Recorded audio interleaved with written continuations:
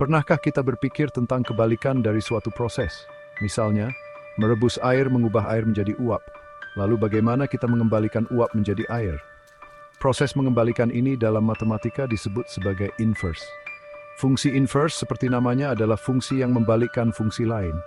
Jika suatu fungsi mengubah A menjadi B, maka inverse-nya akan mengubah B kembali menjadi A. Bayangkan sebuah mesin penjual otomatis. Antis terbawain kode dalam memantik itu, mesin bakar memilih demi sesuai. Fungsi inverse Yuli, jika infinitum mantuk tersebut, baiklah musik didiskusikan. Untuk lebih memahami fungsi inverse, mari kita lihat contoh sederhana.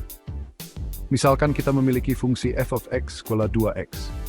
Fungsi ini berarti setiap angka yang dimasukkan x akan dikalikan 2. Misalnya jika kita masukkan x sama dengan 3, maka f dari 3 adalah 2 dikali 3, sama dengan 6. Lalu bagaimana dengan fungsi inverse-nya? Fungsi inverse dari fx kuala 2x adalah f kuala minus 1 kuala x per 2.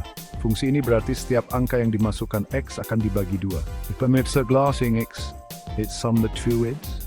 Has the things world as those scribbled but tamed in the chitasin, someone to cook. Kita baik, Dikim.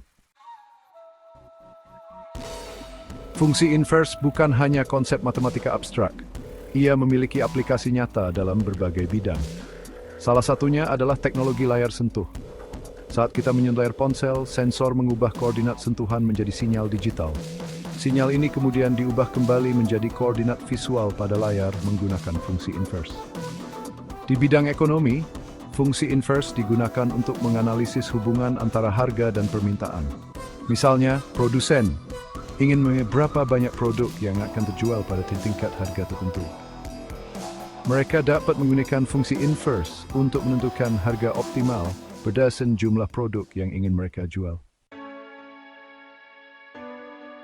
Fungsi inverse meskipun terdengar rumit, sebenarnya ada di sekitar kita. Dari mengunci dan membuka kunci pintu, mengubah suhu AC hingga menggunakan GPS, kita secara tidak sadar telah memanfaatkan fungsi inverse. Memahami konsep ini membantu kita untuk lebih kritis dalam menganalisis masalah dan mencari solusinya.